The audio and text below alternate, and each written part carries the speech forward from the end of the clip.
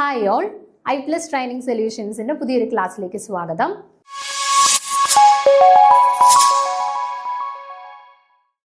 അപ്പോൾ നമ്മൾ electro കെമിസ്ട്രിയുടെ MCQ discussion ആയിരുന്നു ചെയ്തുകൊണ്ടിരുന്നത്. അപ്പോൾ അതിന്റെ കണ്ടിന്യൂഷൻ ആണ്. കുറച്ച് ചോദ്യങ്ങളൂടെ നമുക്ക് ഡിസ്കസ് ചെയ്യാനായിട്ടുണ്ടായിരുന്നു.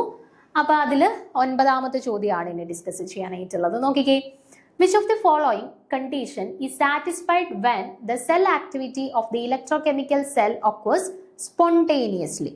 അപ്പം ചോദിച്ചിട്ടുള്ളത് ഇതാണ്, ഇതിൽ ഏത് കണ്ടീഷനാണ് ഒരു ഇലക്ട്രോ കെമിക്കൽ സെല്ല് സ്പോണ്ടേനിയസ്ലി ആണ് നടക്കുന്നത് എന്നുണ്ടെങ്കിൽ അവിടെ സാറ്റിസ്ഫൈ ചെയ്യുന്നത്. ഓക്കെ, അതാണ് ചോദിച്ചിട്ടുള്ളത്. നമ്മൾ ഈ ഒരു ചോദ്യം ഡിസ്കസ് ചെയ്തിട്ടുണ്ടായിരുന്നെന്ന് തോന്നുന്നു. ഞാൻ പെട്ടെന്ന് ഒന്നുകൂടെ ഒന്ന് പറയാം. അത് നമ്മൾ ലാസ്റ്റ് ക്ലാസ്സിൽ ഡിസ്കസ് ചെയ്തിട്ടുണ്ടായിരുന്നെന്ന് തോന്നുന്നു. അപ്പോൾ ഇവിടെ നോക്കുക, നമ്മൾ ക്രൈറ്റീരിയ ഓഫ് സ്പോണ്ടേനിറ്റി പഠിച്ച സമയത്ത് പഠിച്ചിട്ടുണ്ടായിരുന്നു. എന്താണ്?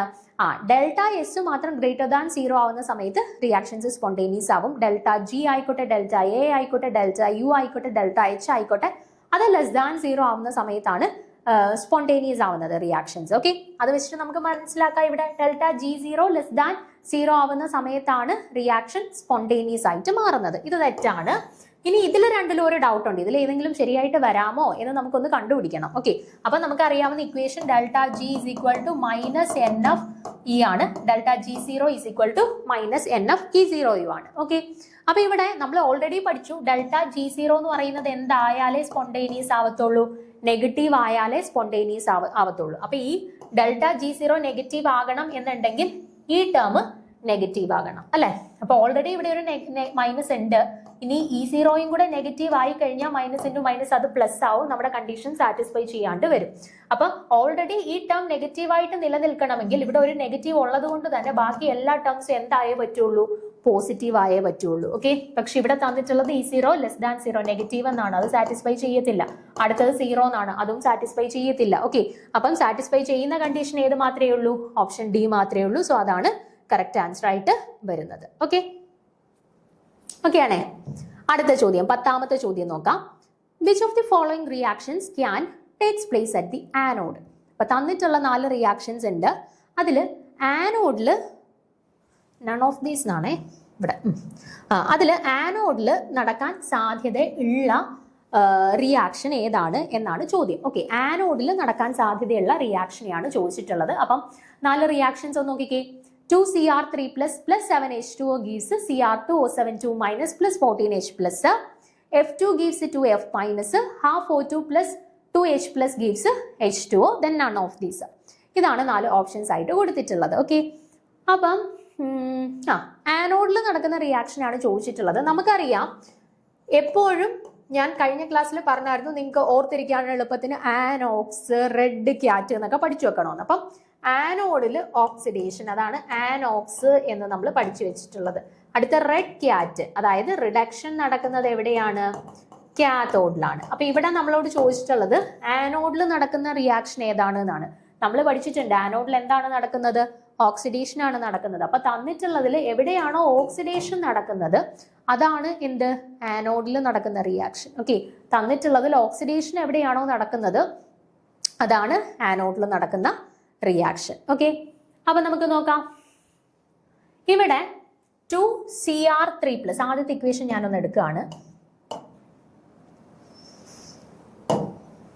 2Cr3 plus 7H2O gives Cr2O7 2 minus plus 14H plus. ഇതാണ് റിയാക്ഷൻ. ഓക്കെ, അപ്പൊ നോക്കിക്കേ, ഇവിടെ ഇനിഷ്യലി ക്രോമിയം ഏത് ഓക്സിഡേഷൻ സ്റ്റേറ്റിലായിരുന്നു എക്സിസ്റ്റ് ചെയ്യുന്നത്?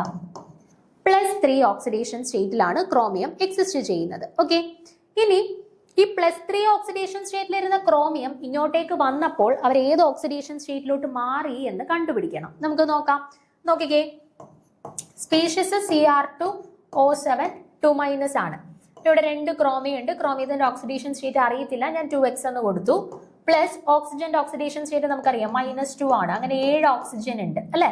ടോട്ടൽ ചാർജ് -2 ആണ്, അല്ലെ? അപ്പൊ 2x പ്ലസ് -2 × 7 എത്രയാ? -14 is equal to -2 എന്ന് കിട്ടി. Okay, so 2x - 14 is equal to -2 or 2x is equal to -2 plus 14 which is equal to 12 എന്ന് കിട്ടി.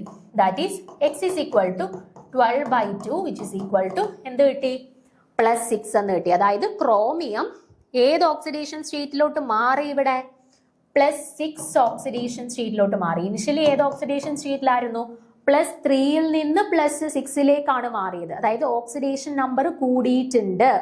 ഓക്സിഡേഷൻ നമ്പർ കൂടിയിട്ടുണ്ട് എങ്കിൽ അവിടെ നടന്നിട്ടുള്ള പ്രോസസ് എന്താണ് ഓക്സിഡേഷൻ ആണ് അല്ലേ. ഓക്സിഡേഷൻ നടന്നേക്കുന്നുണ്ടല്ലേ ഓക്സിഡേഷൻ നമ്പർ ഇൻക്രീസ് ചെയ്തിട്ടുള്ളത് അല്ലേ. അപ്പൊ നമുക്ക് മനസ്സിലായി ആദ്യത്തെ ഓപ്ഷനിൽ എന്താണ് നടന്നിട്ടുള്ളത് ഓക്സിഡേഷൻ നടന്നിട്ടുണ്ട്.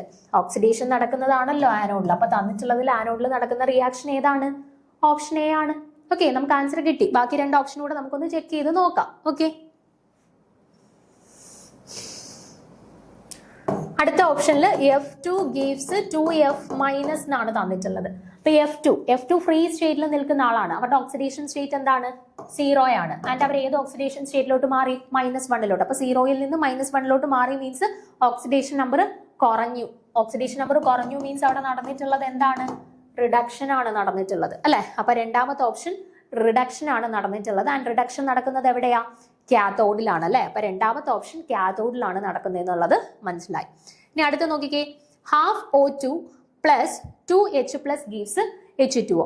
അപ്പൊ ഇവിടെ ഇനിഷ്യലി ഹൈഡ്രജൻ +1 ഓക്സിഡേഷൻ സ്റ്റേറ്റിലായിരുന്നു അല്ലെ. ഇനി H2Oയ്ക്കകത്തോ H2O എന്ന് പറയുമ്പോൾ അവിടെ ഓക്സിജൻ -2 ഓക്സിഡേഷൻ സ്റ്റേറ്റ് ആണ്. ഹൈഡ്രജൻ്റെത് നമുക്ക് അറിയത്തില്ല. അപ്പൊ എക്സ് എന്ന് കൊടുത്തു. എത്ര ഹൈഡ്രജൻ ഉണ്ട് 2x ആണ്. അപ്പൊ 2x - 2 = 0 or 2x = 2 or x = എന്താ +1 ആണ്. അപ്പൊ ഇവിടെ പ്ലസ്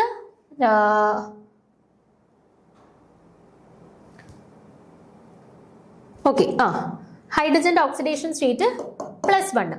ഇനി ഓക്സിജന്റെ ഓക്സിഡേഷൻ സ്റ്റേറ്റ് നോക്കി ഇവിടെ ഫ്രീ ആയിട്ട് നിൽക്കുന്ന ഓക്സിജൻ ആണ്. അപ്പം അവരുടെ ഓക്സിഡേഷൻ സ്റ്റേറ്റ് എന്താണ് വരിക 0 ആണ് വരുന്നത്. ആൻഡ് ഇവിടെ H2Oയ്ക്കകത്ത് ഓക്സിജൻ ഏത് ഓക്സിഡേഷൻ സ്റ്റേറ്റിലാണ് -2 ആണ്. അപ്പൊ ഓക്സിജന്റെ ഓക്സിഡേഷൻ സ്റ്റേറ്റിലുള്ള വ്യത്യാസം നോക്കിക്കേ നിങ്ങൾ 0യിൽ നിന്ന് -2ലോട്ട് പോയി അല്ലെ. 0യിൽ നിന്ന് -2ലോട്ട് പോയി മീൻസ് ഓക്സിഡേഷൻ നമ്പർ കുറഞ്ഞു. ഓക്സിഡേഷൻ നമ്പർ കുറഞ്ഞു മീൻസ് അവിടെ എന്താ നടന്നിട്ടുള്ളത് റിഡക്ഷൻ ആണ് നടന്നിട്ടുള്ളത്. ആൻഡ് റിഡക്ഷൻ നടക്കുന്നത് എവിടെയാ റെഡ് ക്യാറ്റ്. റിഡക്ഷൻ നടക്കുന്നത് കാത്തോഡിലാണ്. ഓക്കെ സോ ഇതും കാത്തോഡിലാണ് നടക്കുന്നത്, ഇതും കാത്തോഡിലാണ് നടക്കുന്നത്. അപ്പൊ തന്നിട്ടുള്ളതിൽ ആനോഡിൽ നടക്കുന്ന റിയാക്ഷൻ എന്ന് പറയുന്നത് ഏത് മാത്രമേ ഉള്ളൂ ഫസ്റ്റ് പ്രോസസ്സ് മാത്രമേ ഉള്ളൂ. കാരണം അവിടെ മാത്രമേ ഓക്സിഡേഷൻ നടക്കുന്നുള്ളൂ. ബാക്കി രണ്ട് കേസസിലും റിഡക്ഷൻ ആണ് സംഭവിക്കുന്നത്. ഓക്കെ ആണോ. അപ്പൊ ഇതേ രീതിയിലുള്ള ചോദ്യങ്ങൾ കണ്ടു കഴിഞ്ഞാൽ കൺഫ്യൂഷൻസ് ഒന്നും വരണ്ട. അയ്യോ നമ്മൾ കാണാതെ പഠിച്ചു വെച്ചിട്ടില്ലല്ലോ ഇതിൽ ആര് ആനോഡിൽ നടക്കും ആര് കാത്തോഡിൽ നടക്കും. അപ്പൊ ആനോഡിൽ അല്ലെങ്കിൽ കാത്തോഡിൽ നടക്കുന്ന റിയാക്ഷനെ കണ്ടെത്താനായിട്ട് ക്വസ്റ്റ്യൻസ് വന്നു കഴിഞ്ഞാൽ നിങ്ങൾ എന്ത് നോക്കിയാൽ മതി എവിടെയാണോ ഓക്സിഡേഷൻ നടക്കുന്നത് എവിടെയാണ് റിഡക്ഷൻ നടക്കുന്നത് എന്നുള്ളത് ഐഡന്റിഫൈ ചെയ്താൽ മതി. ഓക്കെ ആനോഡിൽ എന്താണ് ഓക്സിഡേഷൻ നടക്കും കാത്തോഡിൽ റിഡക്ഷൻ നടക്കും. അത് മാത്രം മനസ്സിലാക്കി കഴിഞ്ഞാൽ സിമ്പിളായിട്ട് ആൻസർ ചെയ്യാനായിട്ട് പറ്റും. ഓക്കെ അടുത്ത ചോദ്യത്തിലോട്ട് പോവാം.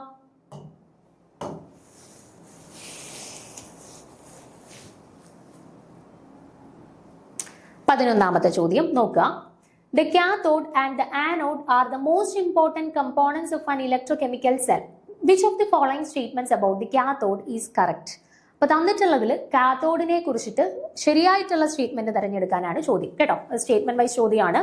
ശരിയായിട്ടുള്ള സ്റ്റേറ്റ്മെന്റിനെ തിരഞ്ഞെടുക്കാനാണ് ചോദ്യം. അപ്പം സ്റ്റേറ്റ്മെന്റ്സ് വായിച്ചേ. Oxidation occurs at a cathode. Electrons move towards the cathode, usually denoted with a negative sign, usually made of insulating material. നോക്കിക്കേ ആദ്യത്തിൽ പറഞ്ഞേക്കുന്നു ഓക്സിഡേഷൻ occurs at cathode. നമ്മൾ പഠിച്ചിട്ടുണ്ട് റെഡ് ക്യാറ്റ് ആനോക്സ് അല്ലെ. അപ്പൊ ആനോഡിലാണ് ഓക്സിഡേഷൻ നടക്കുന്നത്, കാത്തോഡിൽ റിഡക്ഷൻ ആണ് അല്ലെ. അപ്പൊ അത് ശരിയായിട്ടുള്ള സ്റ്റേറ്റ്മെന്റ് ആണോ അല്ല, റോങ് ആയിട്ടുള്ള സ്റ്റേറ്റ്മെന്റ് ആണ്. അടുത്തത് electrons move towards cathode, then it is usually denoted by negative sign. അപ്പൊ ഇവിടെ നോക്കേണ്ടത് നമ്മൾ ഇലക്ട്രോലൈറ്റിക് സെല്ലിന്റെ കാര്യമാണോ ചോദ്യത്തിൽ ചോദിച്ചിട്ടുള്ളത് ഇലക്ട്രോ കെമിക്കൽ സെല്ലിന്റെ കാര്യമാണോ എന്ന് നോക്കണം. എങ്കിൽ മാത്രമേ ആര് ആനോഡ് ആര് കാത്തോഡായിട്ട് ആക്ട് ചെയ്യുന്നു എന്നുള്ള കാര്യം നമുക്ക് പറയാനായിട്ട് പറ്റുള്ളൂ. കാരണം രണ്ടിടത്ത് രണ്ടാളുകളല്ലേ.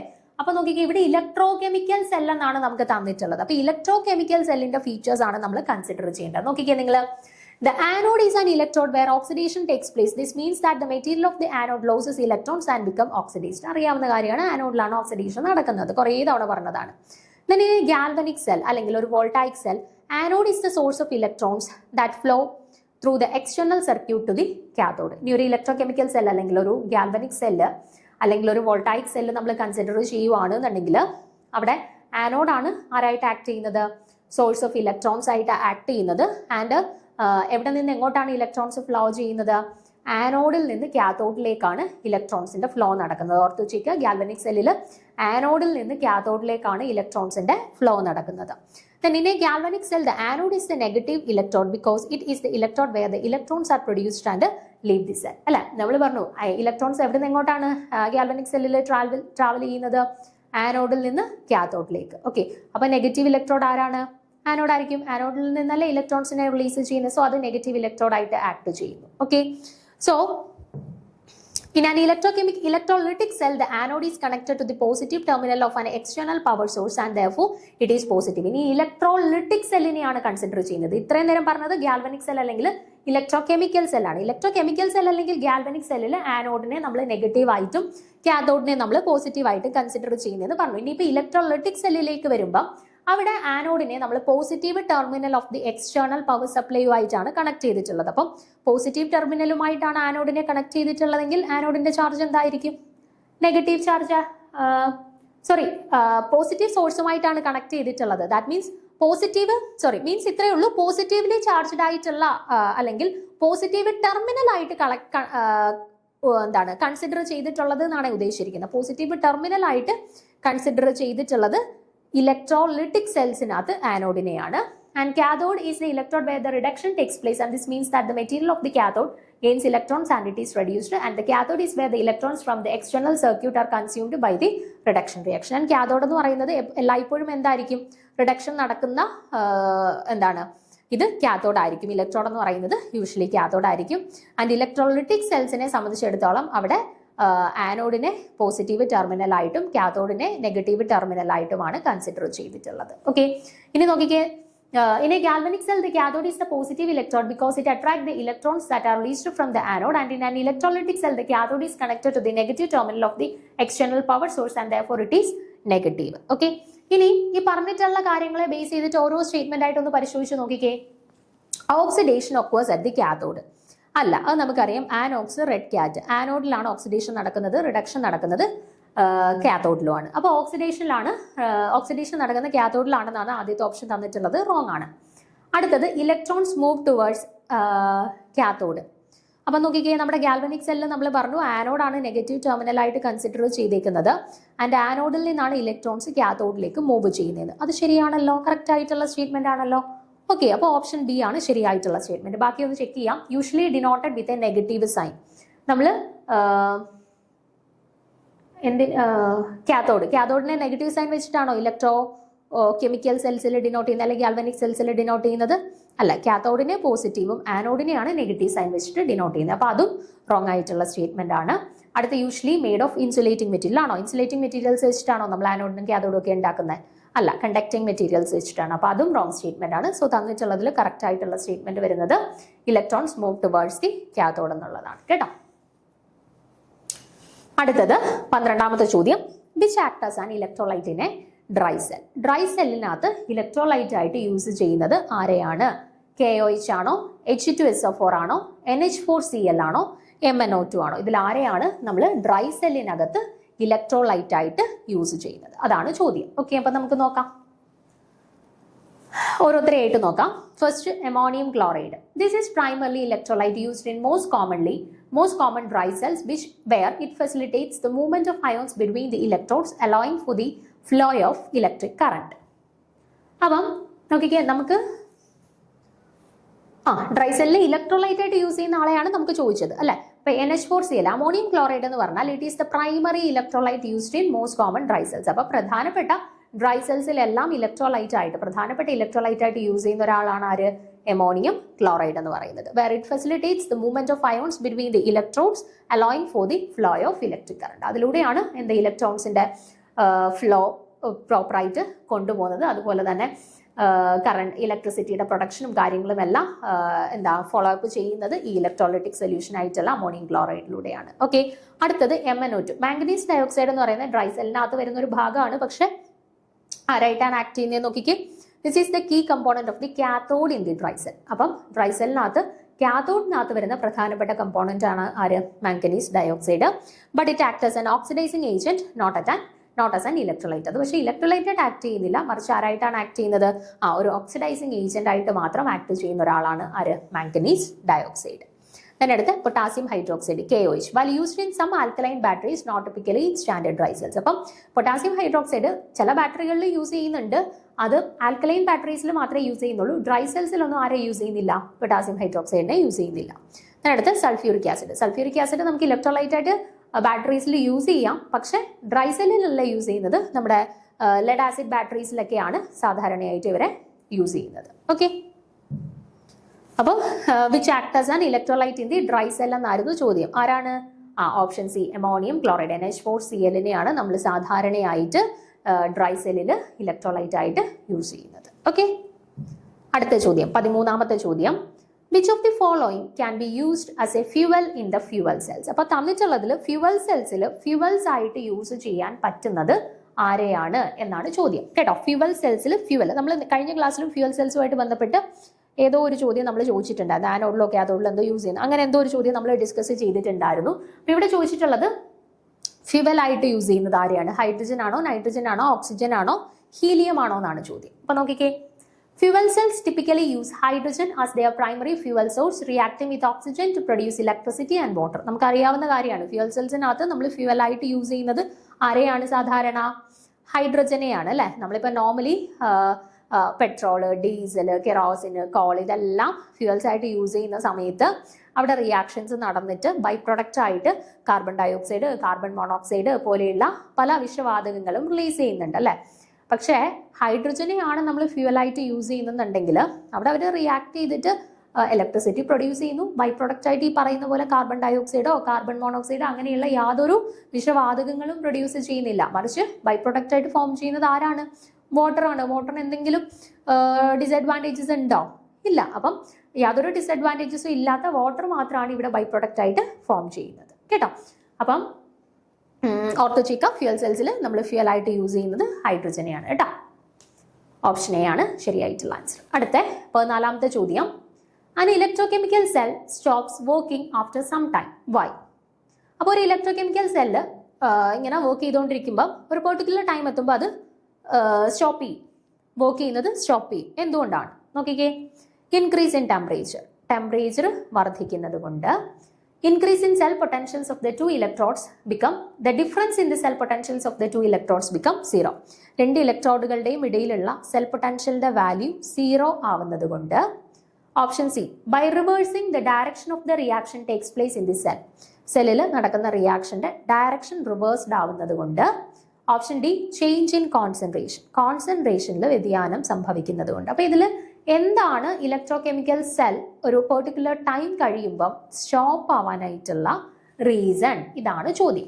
അപ്പൊ നോക്കിക്കേ, the chemical reactions within the cell, particularly the redox reactions at the anode and cathode, proceed towards a state of equilibrium. അപ്പോൾ യൂഷ്വലി നമുക്കറിയാം ഒരു ഇലക്ട്രോകെമിക്കൽ സെല്ല് വർക്ക് ചെയ്യാണ്, ആനോഡിലും കാഥോഡിലും ഓക്സിഡേഷനും റിഡക്ഷനും ഒക്കെ നടക്കുന്നുണ്ട്. ആൻഡ് റിയാക്ഷൻ ഇങ്ങനെ കണ്ടിന്യൂ ചെയ്യുമോ? അല്ലെങ്കിൽ എത്ര സമയം വരെയാണ് ഈ പറയുന്ന ആനോഡിൽ ഓക്സിഡേഷനും കാഥോഡിൽ റിഡക്ഷനും ഇങ്ങനെ കണ്ടിന്യൂ ചെയ്തു പോകുന്നത്? എപ്പോഴാണോ അവർക്കിടയിൽ ഒരു ഇക്വിലിബ്രിയം അറ്റൈൻ ചെയ്യുന്നത്, ആ ഇക്വിലിബ്രിയം അറ്റൈൻ ചെയ്യുന്ന പോയിന്റ് വരെയാണ് ഇവർക്കിടയിലുള്ള ഒരു റിയാക്ഷൻ ഇങ്ങനെ കണ്ടിന്യൂ ചെയ്തു പോകുന്നത് അല്ലേ. When the equilibrium is reached, the net potential difference between the electrodes becomes 0 and there is no longer a driving force for electron flow, effectively stops the production of electricity. എന്താ പറഞ്ഞിരിക്കുന്നത്?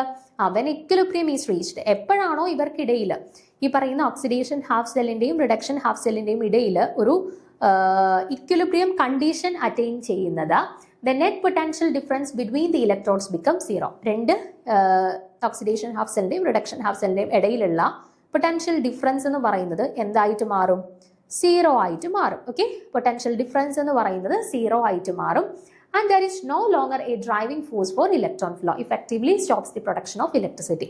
അപ്പോൾ ഒരു net potential difference ഇല്ലാന്നുണ്ടെങ്കിൽ പിന്നെ അവിടെ ഇലക്ട്രോൺസിന്റെ ഫ്ലോയെ എന്താണ് influence ചെയ്യാനോ അല്ലെങ്കിൽ ഡയറക്റ്റ് ചെയ്യാനോ ഏതെങ്കിലും ഫാക്ടർ അവിടെ ആക്ട് ചെയ്യുന്നുണ്ടോ? പിന്നീട് ഇല്ല. അപ്പോൾ ഒരു ഇക്വിലിബ്രിയം കണ്ടീഷൻ അറ്റൈൻ ചെയ്ത് കഴിഞ്ഞാൽ അവിടെ ഒരു നെറ്റ് പൊട്ടൻഷ്യൽ ഡിഫറൻസ്, രണ്ട് ഹാഫ് സെല്ലിന്റെയും ഇടയിലുള്ള നെറ്റ് പൊട്ടൻഷ്യൽ ഡിഫറൻസ് 0 ആയിട്ട് മാറും. ദെൻ അവിടെ ഇലക്ട്രോൺസിന്റെ ഫ്ലോയെ ഇൻഫ്ലുവൻസ് ചെയ്യാനായിട്ട് പ്രത്യേകിച്ച് ഘടകങ്ങളൊന്നുമില്ല. അപ്പോൾ എന്ത് ചെയ്യും, അവർ ഫങ്ഷനിങ് സ്റ്റോപ്പ് ചെയ്യുന്നു. അപ്പോൾ അതാണ് ആക്ച്വലി അവിടെ സംഭവിക്കുന്നത്. ഓക്കെ, അപ്പോൾ എന്തുകൊണ്ടാണ് ഈ പറയുന്ന electrochemical cell stops functioning after some time? Because എന്ത് സംഭവിക്കുന്നു, the difference in cell potentials of the two electrodes become zero. ഒരു ഇക്വിലിബ്രിയം കണ്ടീഷൻ അറ്റൈൻ ചെയ്യുമ്പോഴത്തേന് രണ്ട് ഹാഫ് സെൽസിന്റെയും ഇടയിലുള്ള പൊട്ടൻഷ്യൽ ഡിഫറൻസിന്റെ വാല്യൂ എന്തിലേക്ക് മാറും, അല്ലെങ്കിൽ എന്ത് അറ്റൈൻ ചെയ്യും, സീറോ അറ്റൈൻ ചെയ്യും. അങ്ങനെ സീറോ അറ്റൈൻ ചെയ്യുന്നത് കൊണ്ടാണ് എന്ത് സംഭവിക്കുന്നത്, കുറച്ച് ടൈം കഴിയുമ്പോഴത്തേന് ഇലക്ട്രോകെമിക്കൽ സെൽസ് ഫങ്ഷൻ ചെയ്യുന്നത് നിർത്തുന്നത്. ഓക്കെ, അപ്പൊ ലാസ്റ്റ് ചോദ്യം 15ാമത്തെ ചോദ്യത്തിലോട്ട് പോവാം. The amount of electricity required to deposit 1 mole of aluminium from AlCl3 solution. നമ്മുടെ ഫാരഡേസ് ലോയുമായിട്ട് റിലേറ്റ് ചെയ്തിട്ട്, ഫാരഡേസ് ലോസ് ഓഫ് ഇലക്ട്രിസിറ്റി ആയിട്ട് റിലേറ്റ് ചെയ്തിട്ടുള്ള ഒരു ചോദ്യമാണ്. The amount of electricity required to deposit 1 mole of aluminium from AlCl3 solution. അപ്പോൾ AlCl3 സൊല്യൂഷനിൽ നിന്നും 1 mole of aluminium deposit ചെയ്യുന്നതിന് വേണ്ടിയിട്ട് എത്ര മോൾ ഓഫ് ഇലക്ട്രിസിറ്റി ആണ് ആവശ്യമായിട്ട് വരുന്നത്? അതാണ് ചോദ്യം. 0.33 ഫാരഡേ ആണോ, 1 ഫാരഡേ ആണോ, 3 ഫാരഡേ ആണോ, 1 ആംപിയർ ആണോ എന്നാണ് ചോദ്യം. ഓക്കെ, അപ്പൊ നമുക്ക് നോക്കാം എങ്ങനെയാണെന്ന്. ഒരു റിയാക്ഷൻ യൂഷ്വലി നടക്കുന്ന സമയത്ത് എത്ര ഇലക്ട്രോൺസ് ആണോ അവിടെ ഇൻവോൾവ് ചെയ്യുന്നത്, അത്രയും മോൾസ് ഓഫ് കറണ്ട് ആണ് യൂഷ്വലി ആ ഒരു റിയാക്ഷൻ ക്യാരിഡ് ഔട്ട് ചെയ്യാനായിട്ട് അവിടെ ആവശ്യമായിട്ട് വരുന്നത്. ഓക്കെ, അതാണ് നമ്മുടെ ഫാരഡേസ് ഫസ്റ്റ് ലോ ഓഫ് ഇലക്ട്രോളിസിസിനകത്ത് പറയുന്നത്.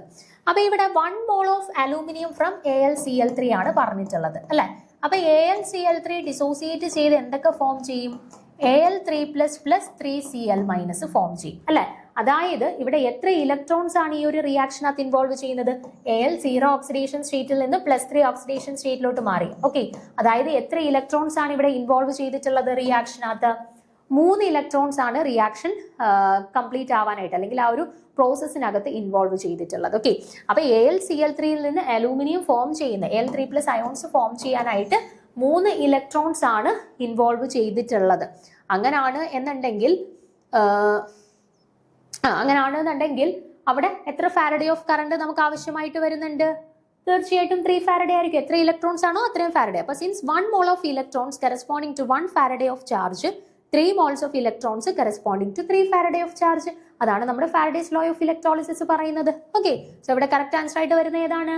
ഓപ്ഷൻ സി 3 ഫാരഡേ എന്നുള്ളതാണ് കറക്റ്റ് ആൻസർ കേട്ടോ. അപ്പൊ ഈ ഫാരഡേസ് ലോ കുറച്ച് ഇമ്പോർട്ടന്റ് ആണ്. ഞാൻ 2 ചോദ്യം എന്തോ ഈ ഒരു ക്വസ്റ്റ്യൻ ഡിസ്കഷനകത്ത് ആഡ് ചെയ്തിട്ടുണ്ട്. ഇനി നിങ്ങൾക്ക് ടെസ്റ്റ് ഒക്കെ വരുന്ന സമയത്ത് അതിനകത്ത് കൂടുതൽ ചോദ്യങ്ങൾ ആഡ് ചെയ്യാം. അതൊന്ന് വർക്ക്ഔട്ട് ചെയ്യുക കേട്ടോ. ചില ക്വസ്റ്റ്യൻ പേപ്പേഴ്സിൽ ഫാരഡേസ് ലോ റിലേറ്റഡ് ആയിട്ട് ചോദ്യങ്ങൾ വന്ന് കണ്ടിട്ടുണ്ട് കേട്ടോ. അത് കുറച്ച് ഇമ്പോർട്ടൻസ് കൊടുത്തിട്ടൊന്ന് നോക്കാൻ ശ്രദ്ധിക്കുക. ഓക്കെ, അപ്പോൾ അടുത്ത ക്ലാസ്സുകളിൽ നമുക്ക് ബാക്കിയുള്ള ചാപ്റ്റേഴ്സിൻ്റെയൊക്കെ ക്വസ്റ്റ്യൻ ഡിസ്കഷനായിട്ട് കാണാം. Okay, thank you.